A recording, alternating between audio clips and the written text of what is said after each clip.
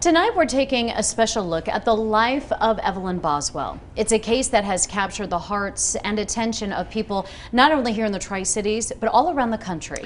Now, the toddler's body was found in early March. She would have turned 2 this weekend. 2 weeks from today, Megan Boswell, Evelyn's mother, is scheduled to appear in court, and she will learn at that point, we believe, the punishment the state's seeking against her on 19 charges, including 2 counts of felony murder. Ansley Daniels sat down with her attorney, Brad Sproles, on the upcoming court date and what lies ahead.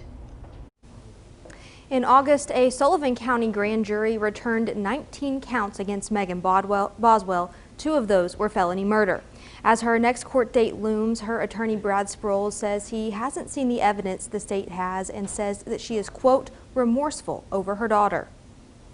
Since February 26th, Megan Boswell's mother, Megan, has remained behind bars at the Sullivan County Jail. She's now facing 19 charges, including felony murder of her daughter. With her being charged with what she currently is, her reactions have been appropriate. That's a huge charges that she's facing, so I know she understands the gravity of it. Her attorney, Brad Sproles, says his client is waiting to hear what punishment the state plans to seek in a hearing set for December 3rd. I'm sure she's scared, and she's, remorseful over her daughter. The options: life in prison, life without parole, or the death penalty. She evaluates things, she thinks them through.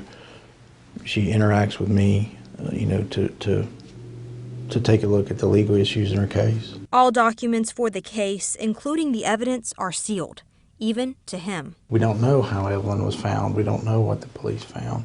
All we know is that she was found. Sproles says he agreed with sealing case documents because of the interest and intense news coverage, which is why he also wants this trial to be held elsewhere. I expect the judge will have us jump through some hoops and see whether or not there's a possibility of having an impartial jury here in Sullivan County. Sproles says he does expect to get access to evidence before the December hearing. I trust the DA will have us all that discovery before that date. From that point forward is where the real work begins, because we'll be on a level playing field with the DA's office and we'll know the information that they know.